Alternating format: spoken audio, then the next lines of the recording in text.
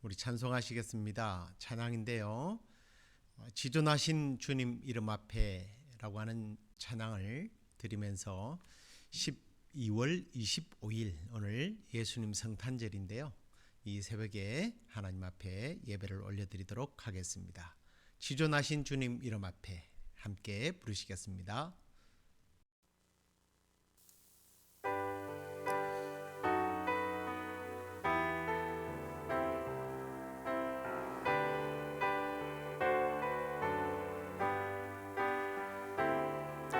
지존하신 주님 이름 앞에 모두 무릎 꿇고 다 경배해. 거룩하신 주님 보좌 앞에 엎드려 절하세. 예수는 그리스도,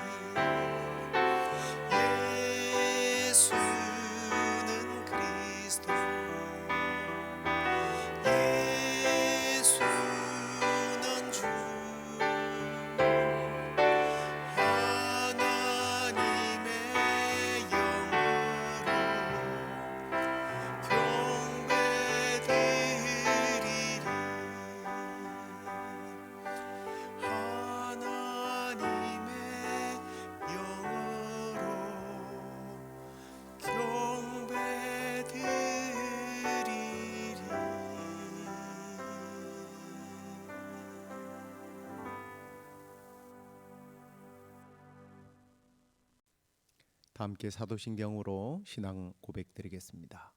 전능하사 천지를 만드신 하나님 아버지를 내가 믿사오며 그 외아들 우리 주 예수 그리스도를 믿사오니 이는 성령으로 잉태하사 동정녀 마리아에게 나시고 본디오 빌라도에게 고난을 받으사 십자가에 못 박혀 죽으시고 장사한 지 사흘 만에 죽은 자 가운데서 다시 살아나시며 하늘에 오르사 전능하신 하나님 우편에 앉아 계시다가 저리로서 산자와 죽은 자를 심판하러 오시리라. 성령을 믿사오며 거룩한 공회와 성도가 서로 교통하는 것과 죄를 사하여 주시는 것과 몸이 다시 사는 것과 영원히 사는 것을 믿사옵나이다. 아멘. 우리 찬양 하나 더 하도록 하겠습니다. 찬송가 십자가 군병 되어서 함께 찬송하시겠습니다.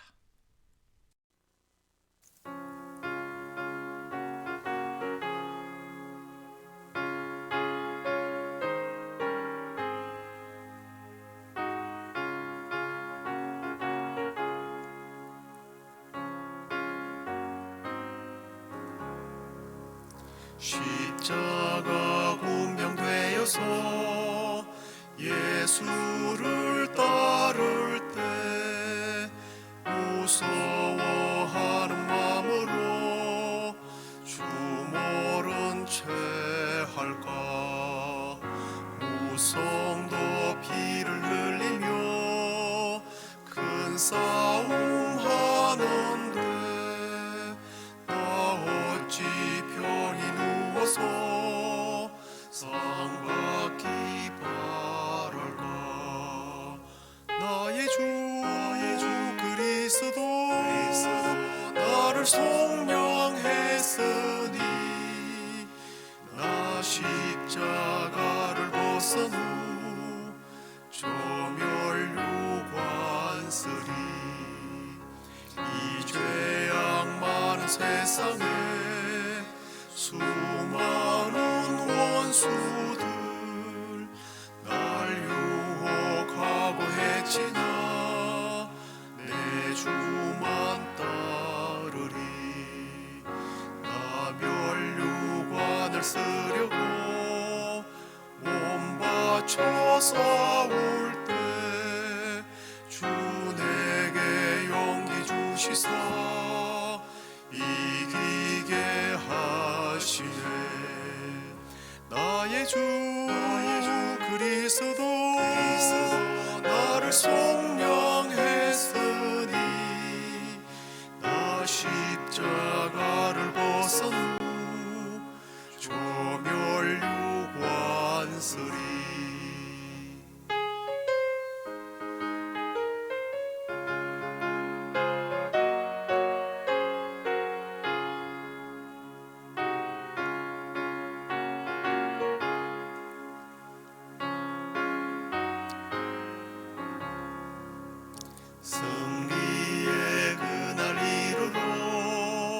십자가 공병들 대가를 불러 영광을 주님께 돌리리. 나의 주 그리스도 나를 속량했으니 나 십자가를 벗은 후 소멸유관쓰리.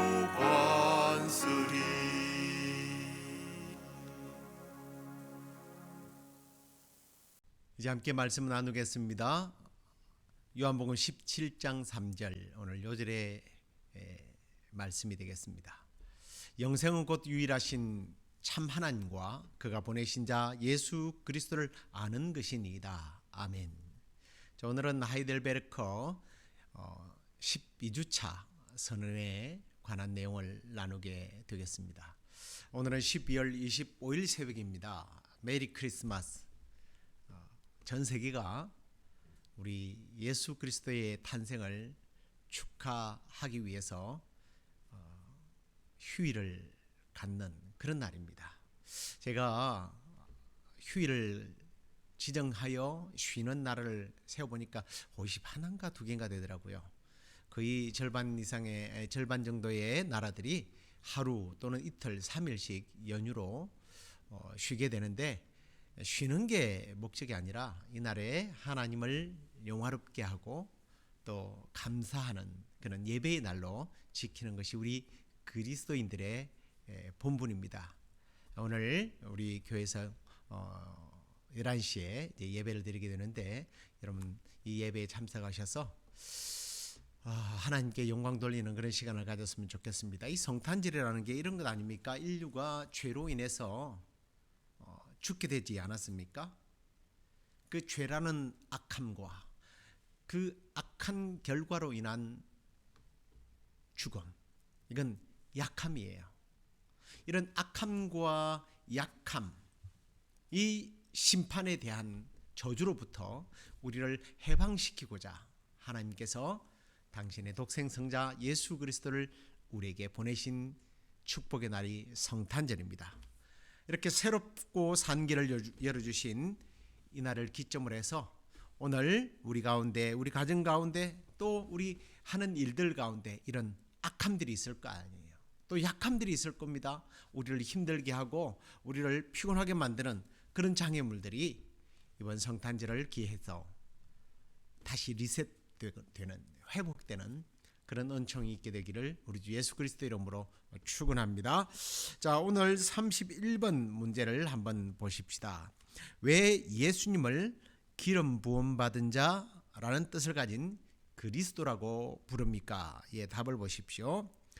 그 이유는 예수님을 성부 하나님께서 세우시고 성령께서 기름을 부으심으로 우리의 가장 큰 선지자와 교사가 되셔서 우리의 구속에 대한 하나님의 오묘한 경륜과 뜻을 우리에게 완전하게 계시해 주시며, 또 우리의 유일한 대제사장이 되셔서 자기 몸을 단번으로 제물을 드려 우리를 구원하시고 지속적으로 우리를 위하여 성부 하나님께 간구하시며, 또한 우리의 영원하신 왕이 되어서 말씀과 성령으로 우리를 다스리며 그의 구속으로 말미암아 우리에게 주신 자유 안에서 우리를 지키시고 보호하시기 때문입니다.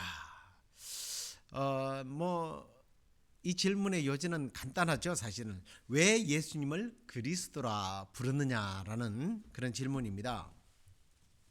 오늘 우리가 요절로 읽은 말씀에 영생은 곧 유일하신 참 하나님과 그가 보내신 독생성자 예수 그리스도를 아는 것이라고 그랬어요. 그래서 우리가 이 그리스도를 아는 것이 얼마나 중요한 것인지를, 왜냐하면 영생과 연결이 되어 있기 때문입니다. 그래서 우리는 예수 그리스도 할 때 이 그리스도에 관해서 배워야 하고 알아야 합니다. 그래서 그 예수 그리스도를 좀 우리가 깊이 알아가는 그런 시간을 이 성탄절을 맞이해서 우리가 또 배우게 됩니다. 자, 예수라고 하는 이름 믿고 또 거기에 또 그리스도라고 하는 명칭이 또 붙게 되잖아요. 자, 예수라고 하는 이름은 하나님의 아들이시며 하나님의 사명을 가지고 이 땅에 오신 중보자, 구속자라고 하는 고유의 이름입니다. 그리고 이 그리스도는 그 중보자에게 첨가된 명칭이에요. 중보자로서 어떤 면에서 이런 거죠. 어떤 사역을 하게 될 것인지를 잘 표현해 주는 말이 그리스도라는 명칭입니다. 그래서 예수님을 그냥 예수님이라고 부르지 않고 이 중보자의 완전한 이름과 그 중보자로서 하실 일을 묶어서 예수 그리스도라고 부르게 됩니다. 이게 이제 사실은 구속자, 메시아라는 뜻이기도 하죠. 이 그리스도라고 하는 뜻은 이제 기름을 부음받은 자다라고 하는 이런 뜻인데요. 이 직분을 받은 사람은 세 부류의 사람들에게 붙여지게 됩니다. 선지자, 제사장, 왕들이 그들인데요. 예수님은 이 세 가지 직분을 동시에 다 가지셨고 또 한 사람이 여러 그 신분을 가지게 되면 왠지 모르게 힘이 분산될 수 있지 않습니까? 그래서 뭐 우리 옛날 조상들은 한 우물을 파라 뭐 이런 이야기를 하는데요. 그런데 우리 예수님은 달라요. 선지자와 제사장과 이 왕권이 동시지만 그 기능을 완벽하게 수행하신 분이 예수 그리스도이십니다. 그래서 우리는 여기서 이제 먼저 기름 부음 받음이란 무엇인지를 좀 구체적으로 살펴보고 그 다음에 이 예수 그리스도가 이 세 가지 신분이 어떻게 구체적으로 수행하셨는지를 함께 나누어 보도록 하겠습니다. 먼저 첫 번째 이제 이 기름 부음 받음이란 무엇인가 하는 건데요. 이 기름을 붓는 일은 선지자, 제사장, 왕을 세울 때 하는 하나의 의식이었습니다. 그때는 이제 이 특별한 기름을 사용했는데요. 이 기름을 붓는 이유는 또 특별한 기름을 바르는 이유는 이 사람이 특별한 직분을 수행하기 위해서 하나님으로부터 부르심을 받았다라고 하는 의미를 부여하기 위해서 그렇게 특별한 기름을 부었던 겁니다. 뭐 쉽게 말하면 당신은 특별한 존재입니다라는 의미죠. 그런데 이때 그냥 기름만 붓는 것이 아니라 이 기름을 부어질 때 그가 이 직분을 잘 시행할 수 있는 능력과 은사까지 하나님께서 더불어 주신다라고 하는 약속을 의미해서 이게 기름이 부어지는 거예요. 사실 그가 아무리 특별한 직분을 부여받아도 그 직분에 맞는 어떤 실력이나 능력이 발휘되지 아니하면 이건 의미가 없는 거예요. 그래서 하나님께서 자신의 메시지를 전달하는 도구로 사용하는 선지자나 또 하나님이 주시는 메시지를 받지 못하면 결국은 뭐 그 생각하는 것이 잘못 전달되어지지 않겠습니까? 그러면 이런 선지자는 어떻게 돼요? 거짓 선지자가 되는 거예요. 또 왕은 또 어떻습니까? 백성은 왕의 백성이 아니라 하나님의 백성이거든요. 구약적인 개념에서 하나님께서 말하는 백성이라는 것은 사실 왕의 백성이 아니라 하나님의 백성인 겁니다. 그런데 이 하나님의 백성을 통솔할 능력이 없으면 하나님의 백성들은 어떻게 해요? 고통을 당하게 되는 거예요. 그리고 고통당하는 백성들은 어떤 생각을 가지겠습니까? 이 왕에게 통치할 능력을 주지 않아서 신이 말이죠. 하나님이 이 왕에게 특별한 능력을 주지 않았으므로 우리가 고통당한다고 생각하니까 누구를 찾겠어요? 우상을 찾는 거예요. 더 강한 능력을 가진 신적 존재를 바라게 된다는 거예요. 그래서 하나님께서 왕에게 기름을 부어서 왕의 직임을 다할 수 있는 능력까지 주시는 겁니다. 뭐 제사장도 마찬가지예요. 하나님과 중재적 역할을 하고 그 다음에 죄사함과 예배의 기능 뭐 이런 능력들을 수행해야 되는데 백성들이 죄가 사함을 받지 못한다. 죄가 그대로 있다. 그러면 어떻게 되겠어요? 그런데 놀라운 점은 구약 시대가 아닌 예수님이 오시기 이전에 이 기름 부음 받은 세 사람들, 이 세 직임은 완벽하게 그 일들을 해내는 사람들이 사실 찾기가 어려웠습니다. 뿐만 아니라 이 세 가지 직분을 동시에 가진 사람은 아예 없었죠. 약간 비슷하긴 합니다만 그게 누구예요? 사사였어요. 그들은 선지자적으로 예언도 하고요. 그리고 또 백성을 다스리는 역할도 하고요. 그리고 또 제사까지 지내는 일까지 담당을 했습니다만 그들은 불완전했어요. 그리고 그들은 또 기름을 부어서 세운 게 아니라 그냥 하나님께서 그냥 너 사사해라 그래서 하는 경우였습니다. 이런 특별한 계시적인 방법은 드러나지 않고 있습니다. 자, 그래서 이 기름 부음은 결국 하나님이 누군가를 통해서 행해지게 하는데 예수님은 달랐어요. 예수님은 하나님께서 직접 기름을 부으셨습니다. 이 기름을 부은 어떤 사건을 우리는 성령의 기름 부으심이라 이렇게 말하죠. 그 기름 부음에 대한 성경을 우리가 좀 확인을 해 보겠는데요. 자, 마태복음 3장 16절을 보시기 바랍니다. 예수께서 세례를 받으시고 곧 물에서 올라오실새 하늘이 열리고 하나님의 성령이 비둘기같이 내려 자기 위에 임하심을 보시더니 하늘로부터 소리가 있어 말씀하시되 이는 내 사랑하는 아들이요 내 기뻐하는 자라 하시니라.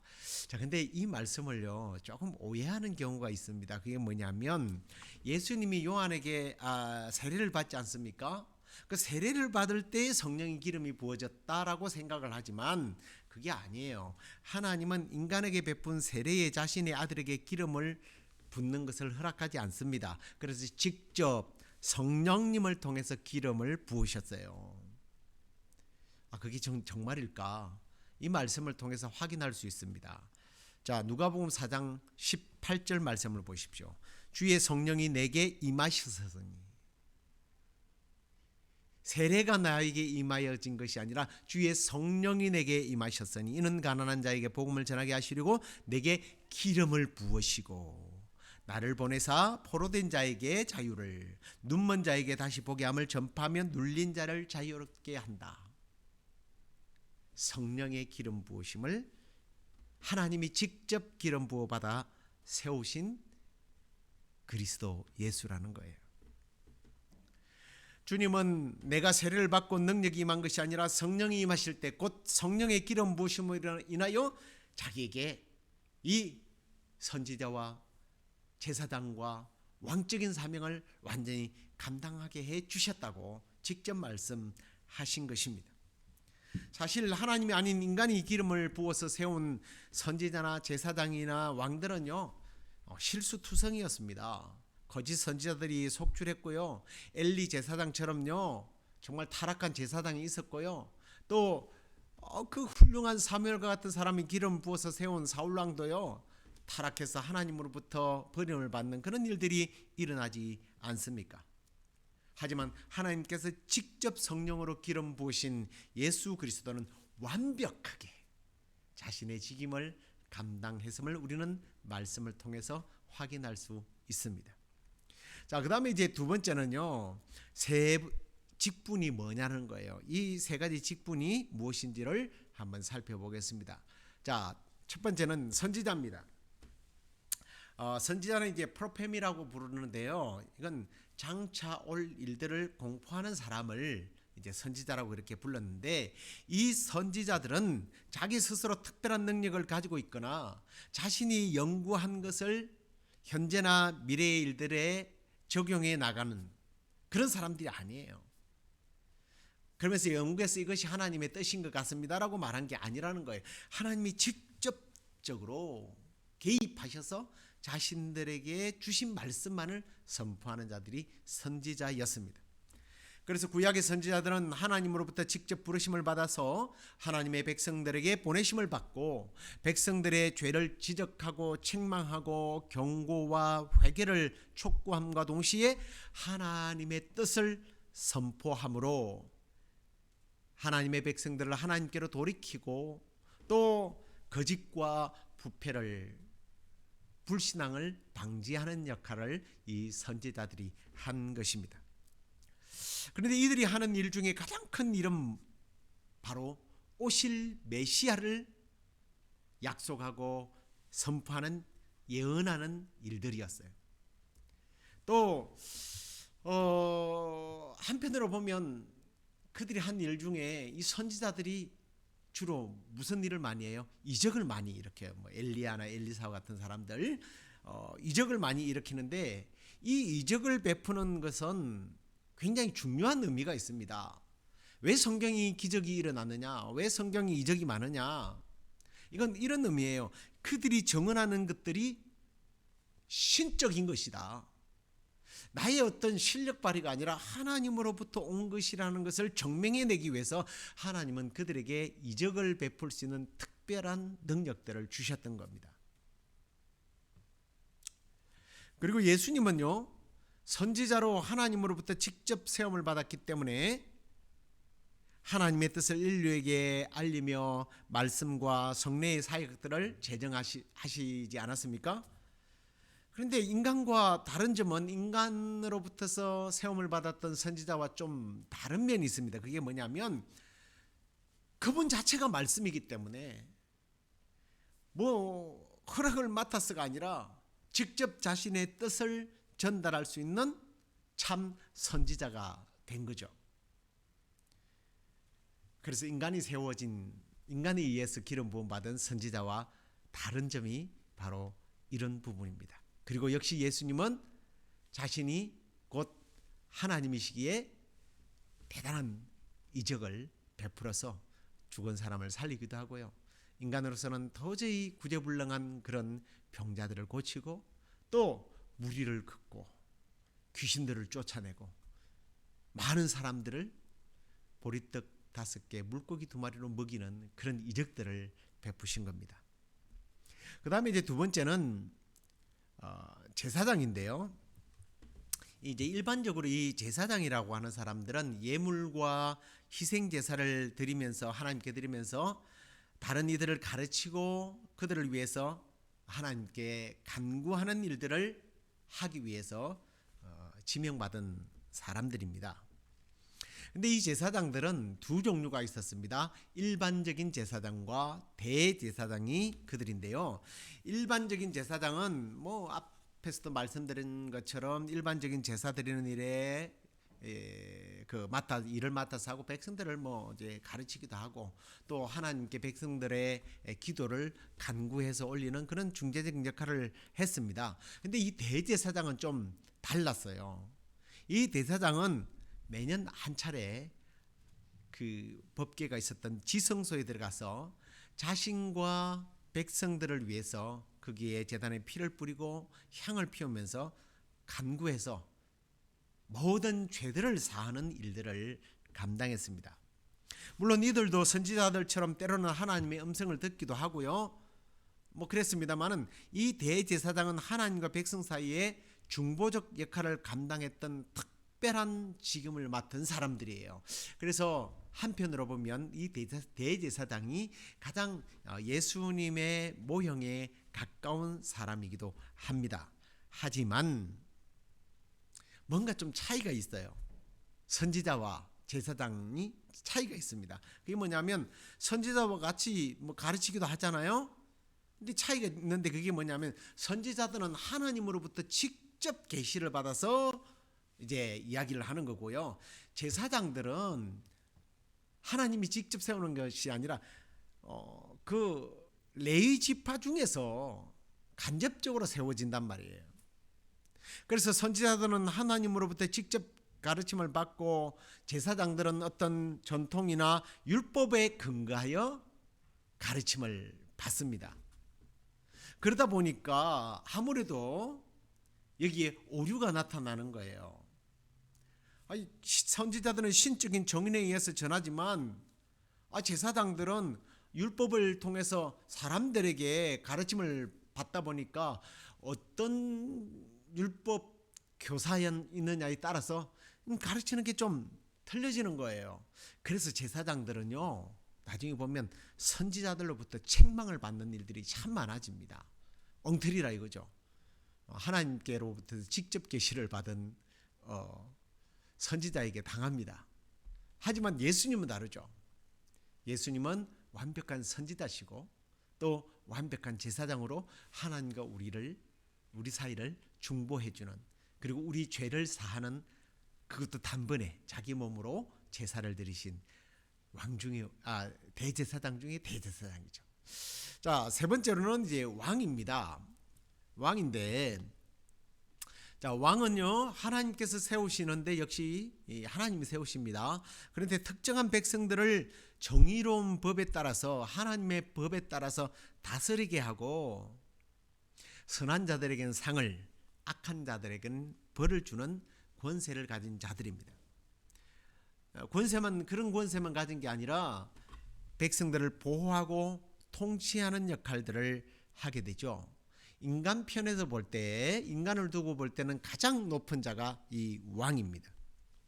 자, 예수 그리스도는 하나님께서 직접 세우신 왕이시기 때문에 그가 피로 값주고 사신 교회들, 즉 성도들을 말씀과 성령으로 다스리고, 그리고 원수들로부터서 성도들을, 교회를 보호하고 지키는 일을 하십니다.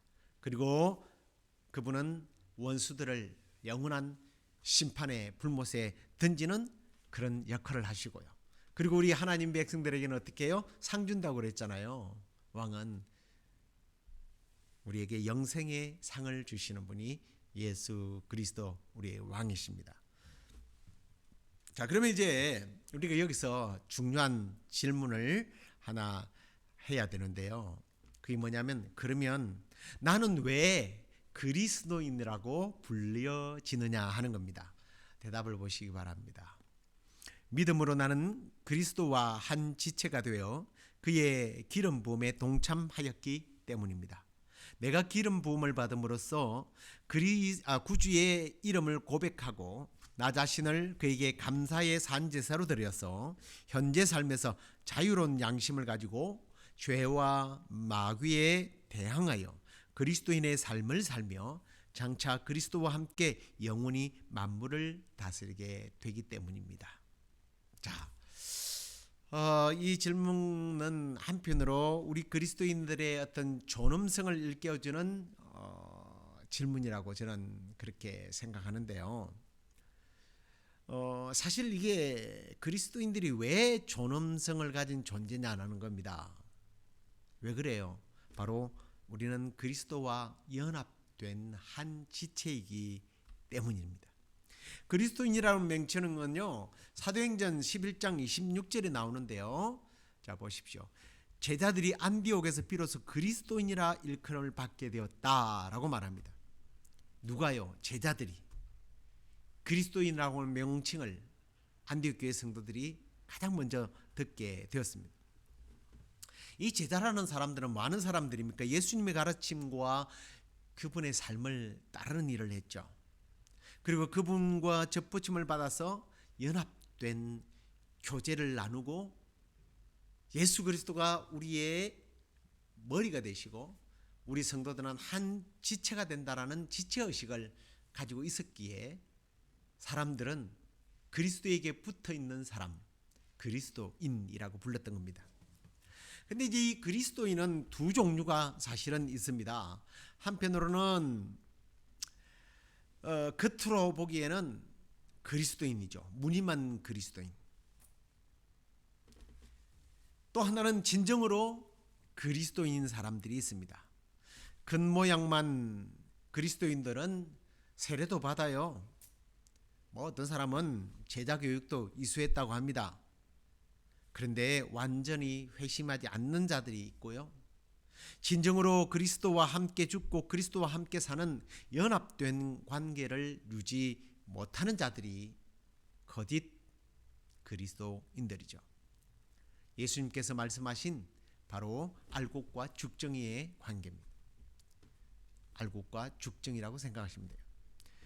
마태복음 22장 14절에 보면 청함을 받은 사람은 많지만 택함을 입은 자는 적다라고 말씀하셨습니다.